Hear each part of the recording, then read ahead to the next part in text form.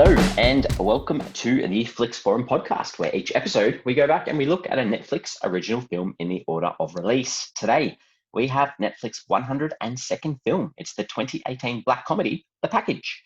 It's directed by Jake Szymanski. It stars Daniel Doheny, Geraldine Viswanathan, Sadie Calvano, Luke Spencer Roberts, and Eduardo Franco. I am Jesse, and MJ is here with me. How are you doing?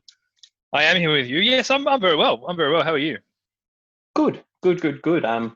Yeah, a film that I think I can't see where we're going to go with this one. The package. It could be an interesting chat, I'd say. You said last week when you announced what movie we were doing, you kind of spoke about you knowing. You're like, oh, I remember this movie when it came out, and I remember the advertising for it. Did you know anything else apart from that? Because I didn't know anything about this movie. Yeah, I will. If you want to watch this film and you don't know anything about it, hit pause, come back. We're going to spoil it from right off. Just for me to answer that. So yes, cool. I knew the gist of the film. I knew that it had to do with a guy having his genitals cut off. I knew that. So that was the gist of the film, I guess. Fair enough. Yeah, I didn't know. And you know what? I actually watched the trailer for it after I watched the film, just pottering around the internet looking at some research on it, and I watched the trailer. The trailer doesn't actually one of the trailers, I'm assuming it's the first one, doesn't actually mention that he cuts his penis off. And I think that's kind of clever, because if you can do enough to get people in, it's a nice little surprise. Because I didn't know he cut his penis. But we'll get to all that. Good. Well, we may have already done our fast flicks, but do you have anything different to say to quickly summarize this film? Yeah, well, formally, my fast flicks is about this film. So when their friend accidentally cuts his dick off whilst camping, a group of teenagers have a race against time to get it back to the hospital before it's too late to reattach it. That's kind of the premise of the film. Imagine pitching this. Oh, my God. Yeah, I've similarly gone that it's about a camping trip that turns to disaster when a phallus is cut off. Nice. Good use. I think I'm going to use the word dick and penis a lot more than I normally do in most podcasts. Yeah, I thought about trying to count how many times or how many different jokes or references there were throughout, but I think that just got too much. It's a common thread of the film. Like, they literally have it in their hands for the majority of the film. All right. Well, what have you been able to work out about how this one was made? What's some info you've got for us?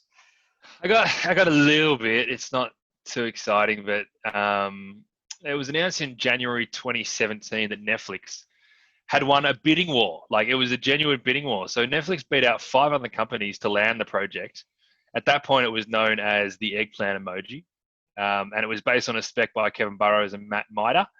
They actually created the digital animated series Gentlemen Lobsters, which I'm not familiar with, but good luck to them. I'm assuming it's probably a similar brand of humor, judging by the title. So Ben Stiller, via Red Hour Films, which is his production company, and the guys from Workaholics basically were on board to produce this film. In July 2017, so that's only basically 6 months after Netflix won the bidding war, Jake Szymanski was announced as the director, and the main cast basically came on board a month later. By the time they'd shot the film, the trailer came out, and that's when they renamed it as The Package. So that's just the main how it got here kind of premise. So some big names on board producing probably really helped things a lot. And the concept, if you can get a concept like this right, then it's appealing, especially for a platform like Netflix. Yes, very nicely put. It's straight up. The first thing I've got here is, the tagline for this film was "Friendship is just the tip," and and it's it sort of goes from there. So good little summary. They filmed it, like I think you mentioned, August to October 2017. Hit Netflix the 10th of August 2018. I've got a couple of translations for this one, which I thought I might bring back, because I'm not sure how the package translates into different languages. True, it's obviously a known terminology of your junk kind of thing, so it wouldn't actually translate perfectly overseas.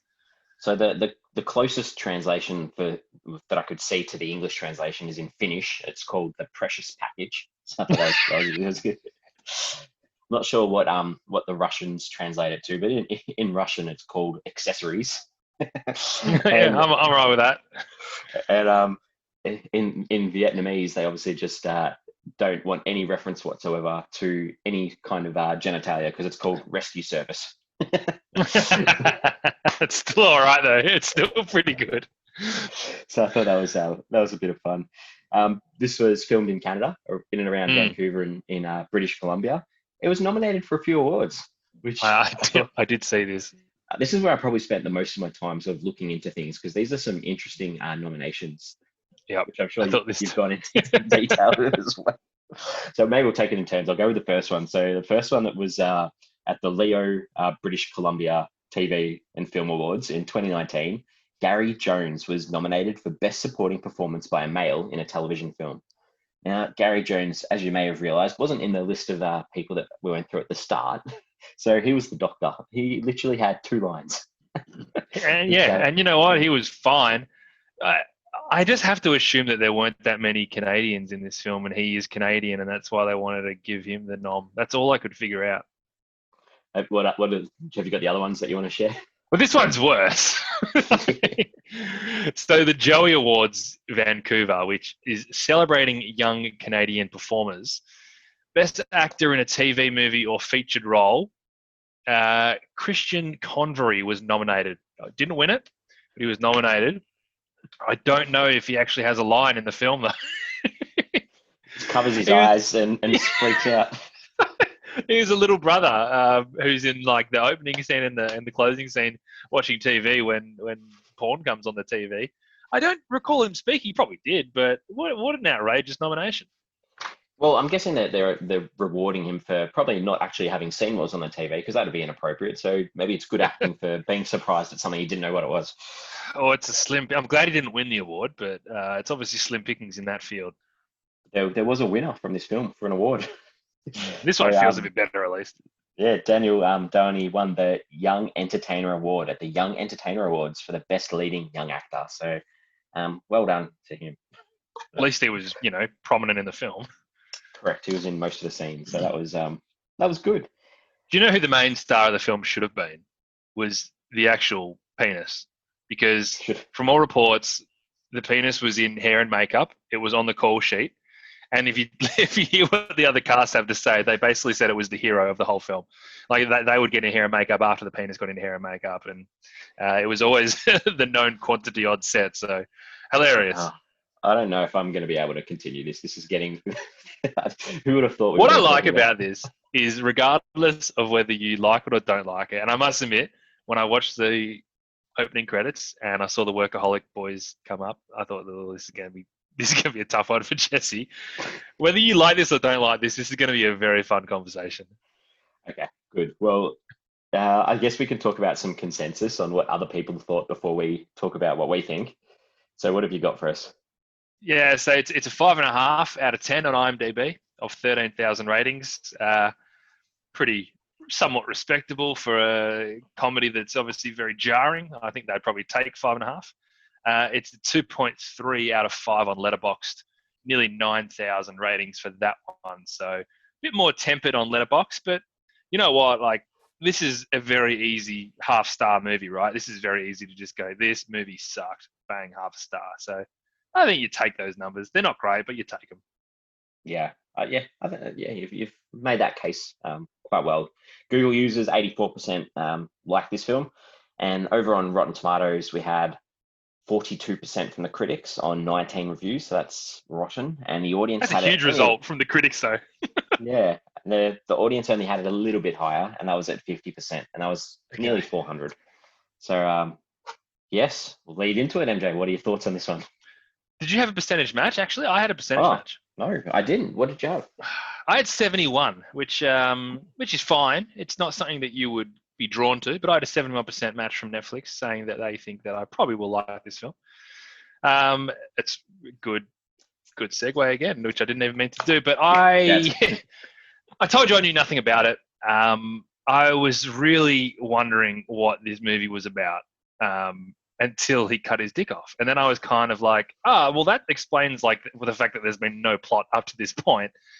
And then I was kind of like, this is something very, very different. And I I'm okay with it, and let's, I'm going to jump on the train and see how we go. So once I was on board with that concept and therefore understood the level of ridiculousness that they were going to go to, I really enjoyed it. I laughed a lot. Sometimes I was like squirming and laughing so much because every time they do something with that penis, it was, it gives you a visceral response. But I was actually super okay with everything that was in this film. I think it actually worked, and I had a good time watching it. Okay, good. Yeah, I had some laughs along the way, but yeah, unfortunately for me, this is a lot like a lot of the Netflix original comedies that we've done. There's just too much that didn't land for me. So there were things that did, a lot that didn't. And a dick joke does not make a movie for me. That's where we're going. That's a good point. That's a good point, because this is a 80-minute dick joke or 90-minute dick joke. I can't remember how long. It really is. Like, it is. For me, it didn't wear off. Like every time I saw the dick, I was gone. But I can understand that being like, okay, we've done this. Yeah. So yeah, I get what you're saying. Okay, let's do the characters. There's 5 characters I think that we need to talk about in varying context, and I want you to start off because I don't really have an awful lot about any of them really that needs to be discussed, I guess. Yeah, it's a good point. So we'll start with Sean. Sean was played by Daniel Doheny. And the whole Alex Strangelove thing I found really tough to shake. Obviously, he was the star of Alex Strangelove, which we covered on the podcast. Very, very different movie than this. But I didn't really like him in Alex Strangelove. I didn't really like his performance in Alex Strangelove. So that was carried over to this unfairly, of course. So initially it was tough to shake, but I kind of got over it eventually. And I think as a character, Sean, he did the whole kind of like wiener, awkward, but a little bit handsome thing kind of well. It's not the sort of character that you're going to remember, but it worked enough. Yep. Yeah. I mean, they tried to set him up as the nerd, I guess. They tried to stick with these stereotypes, I guess, for these characters. And this whole story is only back for the week, and it was just, I didn't like how obvious they made it straight up that he's into Becky. Didn't like the way that he dealt with her ex. It was never going to go well. It was too cliche. It's too obvious. A lot of this film was. A lot of this film was of the text. I don't know. I just thought a lot of the obvious things in this sort of frustrated me a bit. But outside of the jarringness of what was happening, there wasn't a lot to the story and the characters. Yeah, that's for sure. Not at all. Yeah, good. Well, yeah, I just put Donnie in next because he's Sean's best mate. Used to date Sarah, and that's how he gets Sarah along, I guess. Yeah, I don't know. I didn't really get to know much about him, really. I found him really funny. That's probably, I found him funny from the start, but then he kind of annoyed me that he was a pretty shit friend. From time to time, he did the wrong thing from time to time, because that annoyed me because I was sort of on board with him. I liked the fact that he didn't want to disrupt the boys' trip. I liked the fact that he was hanging shit on Sean for not making a move on Becky. That kind of stuff worked with me. But then he did some really questionable things which I didn't like. And also, it never made a hell of a lot of sense with him and Sarah. Like, I don't know what she's interested in with him. Yeah. It never added up. So that was hard to swallow too. Yeah, and there are a lot of times that whenever Sean was getting close to anything happening with Becky, there's just the constant of him always interrupting was just annoyed me. Although, yeah, I agree, he did have a few good lines and a few good parts throughout, which are probably going to be in our scenes when we get those. All right, who have you got next? Well, I've got Becky next. I have to say that Geraldine Viswanathan is really, really good. I think she's just really good in these roles, because I don't know if you've seen Blockers, but she's not a dissimilar character in Blockers.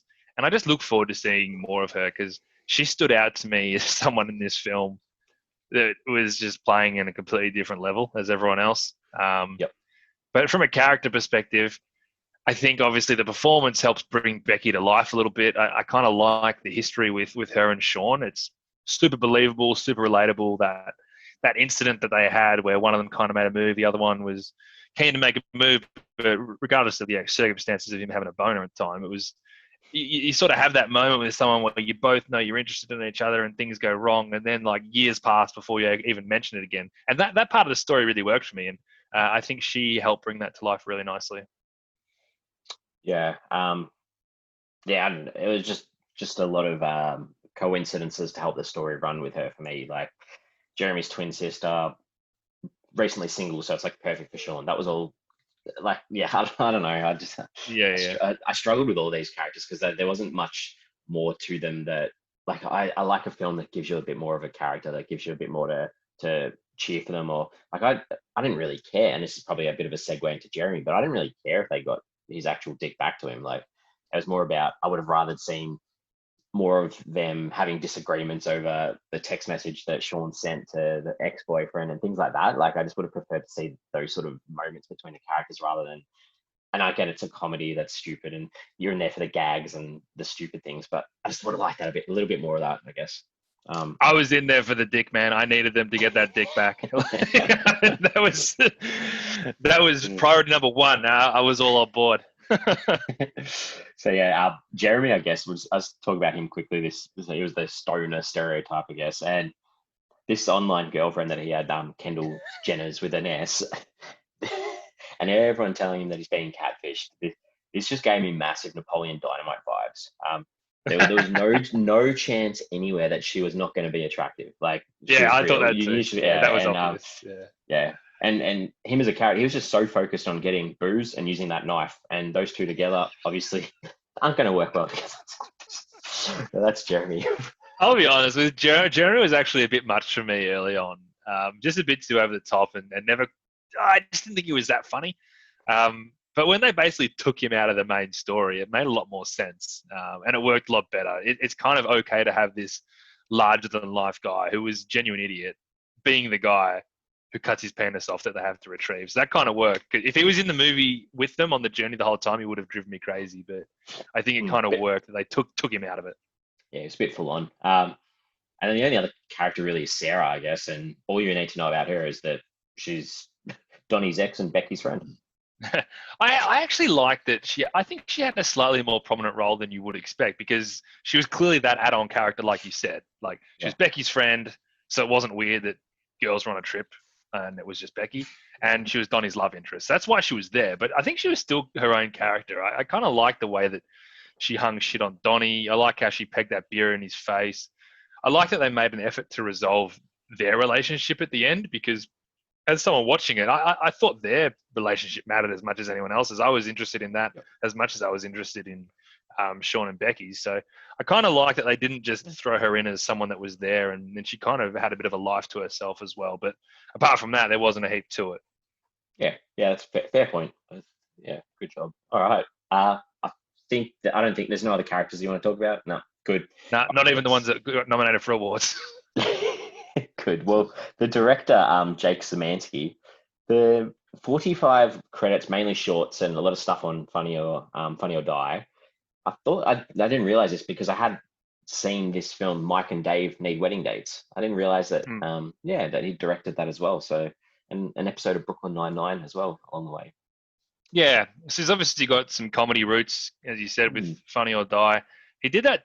I guess you call it a TV movie. I don't know what they still call them nowadays with streaming stuff, but that 7 Days in Hell with Andy Samberg and Kit Harington in that tennis match where they basically, it's a mockumentary type thing. I have to assume that maybe he's got a link with the Workaholics guys, because Mike and Dave and Their Wedding Dates is obviously Adam Devine that are in this as well. So, but yeah, obviously just a big comedy guy.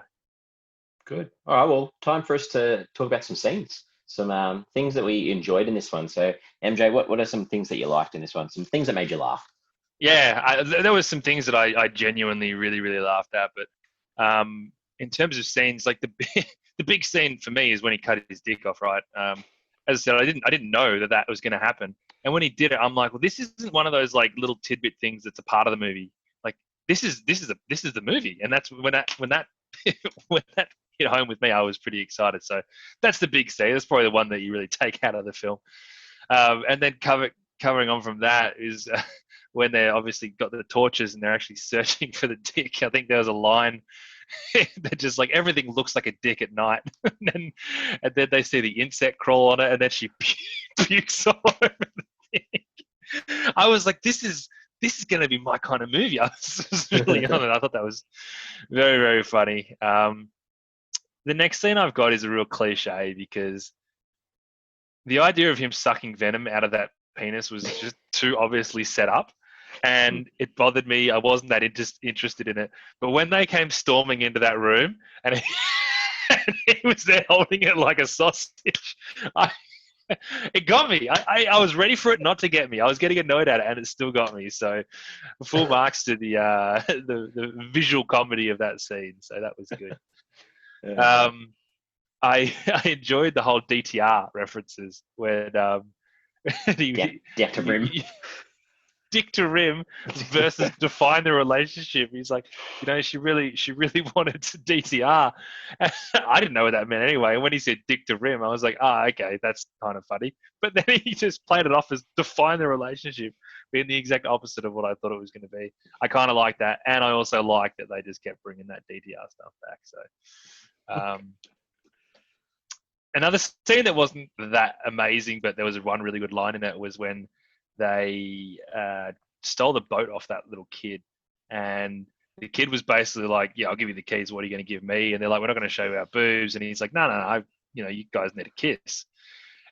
All that stuff happened. It wasn't that funny, but I love it when Donnie was talking about the kid. He's like, "I kind of love him though," talking about the little kid, because such a Donnie kind of kid. I really thought that was funny. As soon as they walk up to the kid, and the first, he says, "You're the bitch who fucked up my drone." Like, I was like, "Whoa, was not expecting that." And then, like, I did laugh as well when they asked for the keys, and like you said, the boobs, and he's like, "Nah, what do you think?" He's like, "I would say, bitch, please, I'm 11, not 5. I've sent thousands of kitties. I want to see you scissor." I was like, that's right. That's right. I was just like, a kid saying that was like, oh man, yeah, I enjoyed that scene. Yeah, that was good. I've mentioned this before. I basically laughed every time I saw the dick. I'll be honest. It never got old for me, and that proves the age-old question: is can you make a movie into a dick joke? For some people, you can, and I'm one of those people, and I'm not ashamed to admit it. The only other scene that I do have is the "Oops, I did it again" montage. Basically, when they're running into the surgery to deliver them the dick. I was actually on the edge of my seat during that scene. I think this goes back to me being invested in getting Jeremy his dick back. I was like, "You got to get back!" And they're sort of throwing it up in the air and getting beaten down, and they got it. Obviously, they got it there. Scene got me. Okay, good. I'm glad. Off to you, Jesse. Okay, all right. I do have a couple of things that I liked. Like, I'm glad that that you got a few giggles out of that, because the start to me, when Donnie rocks up to pick Sean up and he's just out the front controlling the TV with the porn on the TV, that made me laugh. I thought that was very, very funny. Even when they started the hike, and Jeremy's taking these shirtless photos for his girlfriend, and he's like, Kendall's really gonna like these sort of things, and Donnie's response is just like, "Yeah, I'm sure he does." Just these little one-liners that were quite good for me. At the campfire, when they're trying to get the attention of the helicopter, and Donnie throws that can onto the fire and it blows up, and then when the paramedics sort of dude is like, whose idea was that? And Donnie's like looking so proud, and he's feeling so pumped up, and then the paramedic guy's like, "You're a fucking idiot." We saw that on the first approach. A good laugh. The way he said, "You're a fucking idiot," was so well delivered. It was. That was a good line. That guy should have got nominated for something. He probably should have. And the other part that I enjoyed was they get the penis to the doctor, and he comes out and he's like, "The surgery went really well." It's like, there's no venom, and the boys celebrate. "Yeah, we got the venom out successfully," and the doctor's like, "No, there never was any venom." And he's like, and they're like ignoring him. He's like, "I don't know shit, right? I'm just a doctor." Like, I just thought that was really funny. So that doctor did deserve it. There you go. Yeah, well done, mate. He did well. What are some things that you didn't like? As I said, I had issues with Jeremy at the start, and I didn't like it when he made the whole, she's my twin sister, we share a connection. So when she's having sex, it's like I'm having sex. I was like, there's not a world where that's a funny line. I'm sorry. Yeah, I agree. The constant weird jokes from him about Sean hooking up with his sister, like going Yeah. raw, down to being uncle. Yeah, I agree. Horrible. I didn't like it. And you mentioned before about how things were just convenient for the plot, but when Donnie basically runs with the esky, once they realize oh shit, we gave the wrong esky and we've still got the dick ourselves, and he runs with it, he's like, hey, and he's running up and he trips over and the dick falls out. It's basically, obviously, just to make things more difficult so they could lose the ice. I think they could have thought of a more creative way for that to happen. Maybe like there was like a puncture in the esky or something. I don't know. That was just stupid. Yep. Here I am calling a movie about this stupid, but anyway.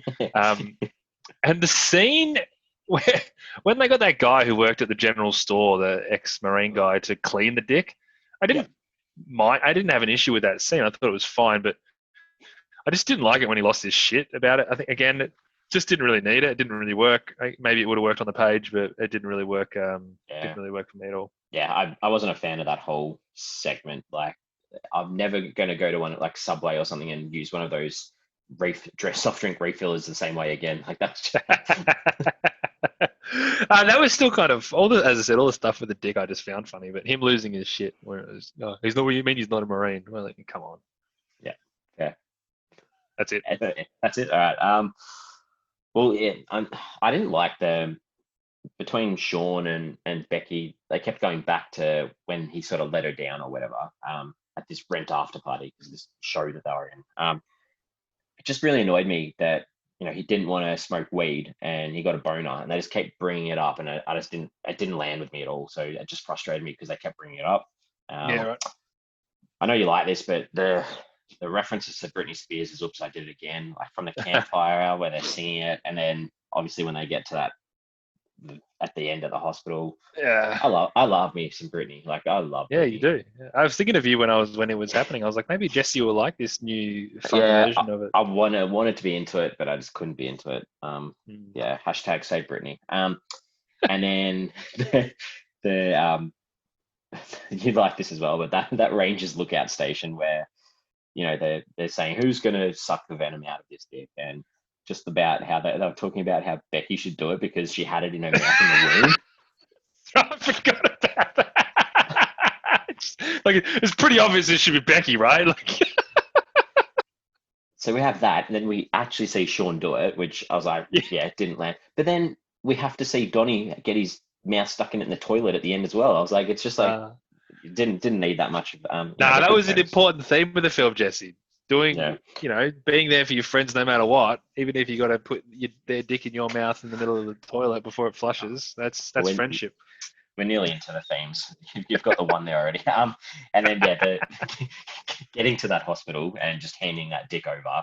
It was so obvious that they weren't at the right hospital, and that just really annoyed me. Yeah, I was like, something else is gonna happen.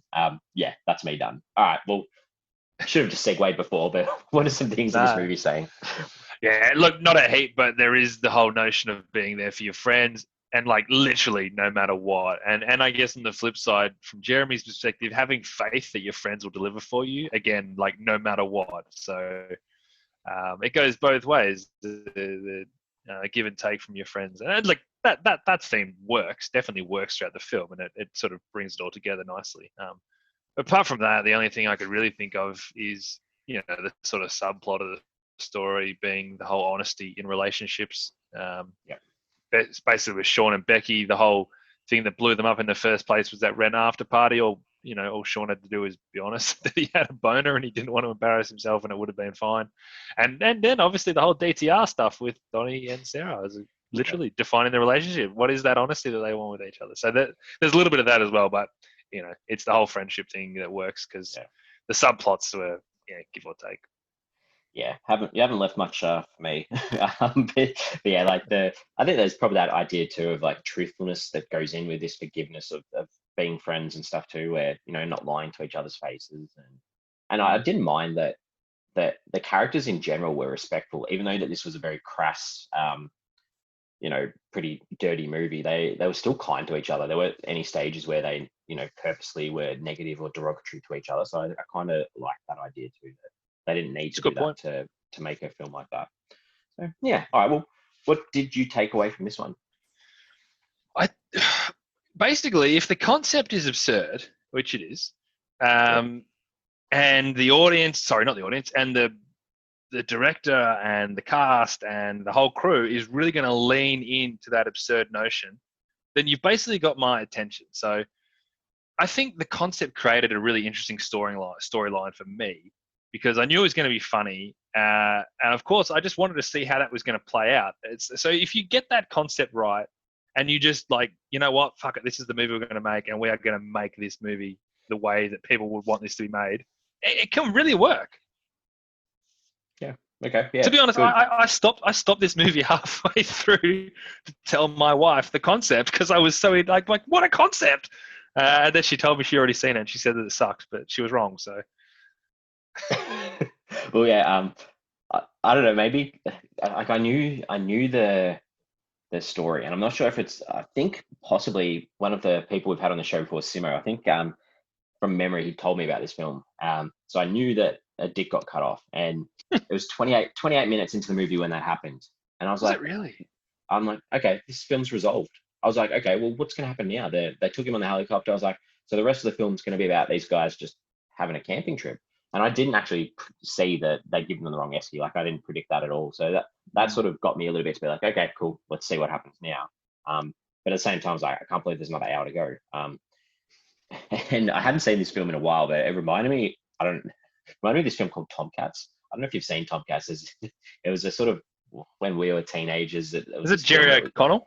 It is Jerry O'Connell, yeah. There's a scene where there's a runaway testicle, and it just reminded me of them trying to get this testicle. It just bounced everywhere. So, yeah, I don't know why. That's random, but that's what it reminded me of. I must admit, I was similar to you when the helicopter came and stopped for them. I was like, okay, that's case closed. Because the whole time I was thinking, oh shit, how are they going to do all this with a guy who's literally like bleeding to death? Like he's just going to be a burden, and it's going to be a pain. So I kind of am glad they took that away and then made the film. But I was definitely thinking the same sort of thing. Like, okay, you've got a movie that didn't really have a plot. You gave me a plot when he cut his dick off, but then 7 minutes later, you've resolved that. So I think they did it. Yeah. It was quite a clever way to do that. Good. All right, IMDb time. Did you jump on to IMDb to check anyone out for this one? Yeah, I think at some point I probably IMDb'd all 5 of the main characters at one point throughout the film, mostly knowing what they're in. Like I knew Geraldine Viswanathan's in Blockers. I knew Daniel Doheny was in Alex Strangelove. Donnie and Sarah, I didn't. There's nothing there I really took out of them. Luke Spencer Roberts and Sadie Calvano, but Edward Franco was actually in Booksmart, which as soon as I saw him, I remember that.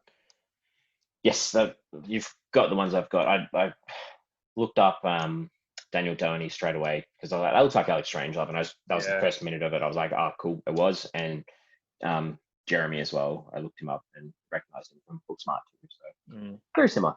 Good. Okay. Question time. Have you got any questions that you would like to ask? I only have one question. You almost touched on this before, but when they kept sort of going to wrong hospitals, even the first time they went to the right hospital, why wouldn't they just get the hospitals to call around and ask if they've got a certain patient rather than having for them to drive around? It didn't make much sense to me. And almost got to the stage where when they realized, oh, he's checked in on the fake ID.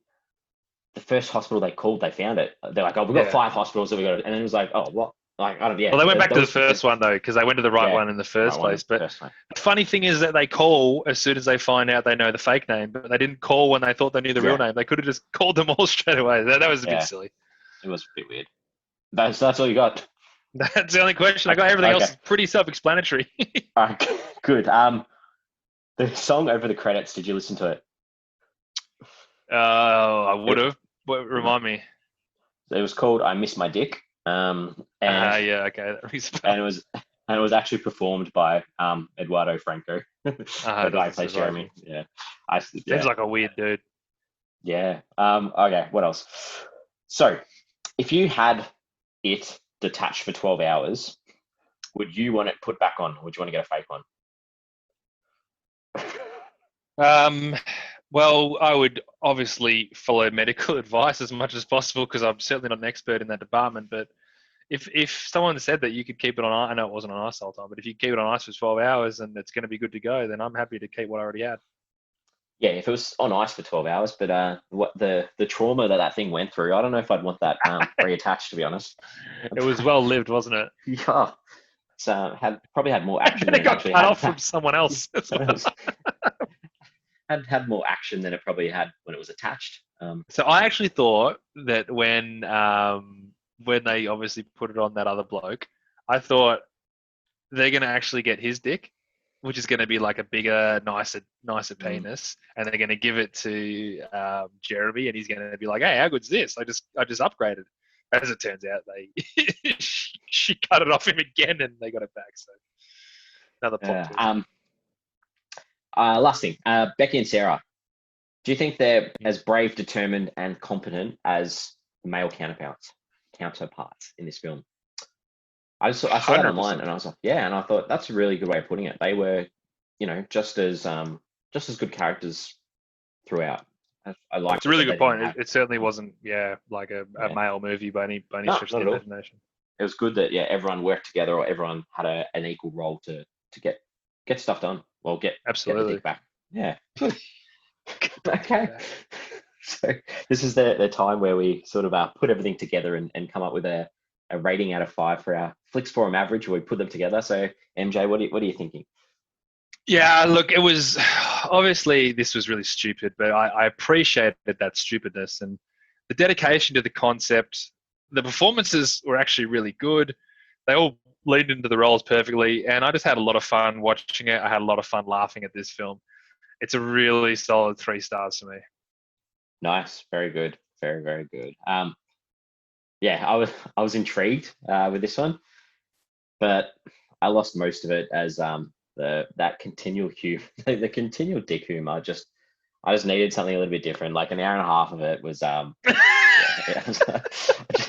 like it's not the worst movie I've ever seen, but at the same time, I struggle to recommend it. But if you like, I get why people would like it. If you're in on the dick jokes the whole way and find it hilarious, I'll be like, sweet, it's it's funny. Yeah. And a lot of them didn't land for me, which unfortunately didn't work. So good attempt, but just not quite good enough for me. So I'm gonna give it a 1.5 out of 5. Oh no! I was like, you know what? I'm gonna take a 2 out of Jesse. A 2 will be all right, but all right. So that gives us a 2.25 average, which isn't too bad. Do you think you would have enjoyed this more watching it with other people? Yes, feeding off their laughter and energy, yeah. Yeah, if I had half a slab and was with a bunch of people, I probably would have found it hilarious. I think there's that ability to feed off other people's laughter that it's really important in comedies. Yeah, if I'd have watched this with you, I probably would have enjoyed it. Okay, we can. On social. No, I'm not watching. No. We are on social media. We have Facebook, Twitter, Instagram. We have our own Letterboxd account where you can check out our all our episodes. They're on there all in one place. Social media question of the week: have you ever done something that you regret when you were drunk? Oh yeah, I'm glad you didn't get into specifics there, because I reckon we wouldn't get too many responses. Am I answering that? Yes or no is fine. I know that sometimes I get on social media and let my lip run. You do a little bit.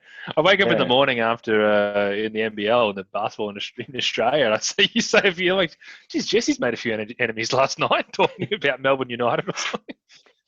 Yes, I do like to chat about basketball, so good. Anyway, have a think about that one if there's anything that you want to own up to or you don't want to own up to. But we're back again next week. We have an episode, which I'm not going to keep it a surprise, but we have pre-recorded this one. This one we did as a special episode. Fair while. I can't even remember when we did it. It was over a year ago for sure. Yeah, I think it was about April last year. So it's the 2018 teen romance To All the Boys I've Loved Before. It's directed by Susan Johnson, stars Lana Condor, Noah Centino, Janelle Parrish, Anna Cathcart, Andrew Batchelor, Tezo Mahoro, Madeline Arthur, Amelia Baranak, Israel Brassard, and John Corbett. So big cast, big film. We know that there's a lot of people that like this. We may even have a special guest on this episode from memory. But yeah, we're not going to re-record this one. So if you have heard it, apologize, but we're popping that one back out again because that is the 103rd Netflix film. So the reason we did it last year was because we went to a fan vote for a bonus episode, and To All the Boys I Loved Before from memory absolutely romped it in, won by a mile. So we did a bonus episode on that, and as it comes, we do this podcast chronologically, and that was the next movie that's come out from here. So it lives back. It's no longer a bonus episode. It's now episode 103. Correct. It's into the full catalogue. It's a normal episode. Beautiful. Well, I'm glad that you enjoyed the package, MJ. So thanks for making me relive a couple of things that I thought was funny. No, thank you for talking about it with me. This was awesome. As I said, when my wife said it was shit, I was like, I'm not gonna be able to talk to you about it. And then the movie finished, and I went to her, I'm like, how could you say that was shit? Like that was everything that you could want out of a movie. Where like you chose to watch that movie. Like I didn't choose to watch it. It was awesome. Good. All right. Well, I will see you very, very soon. You certainly will, mate. Chat to you later.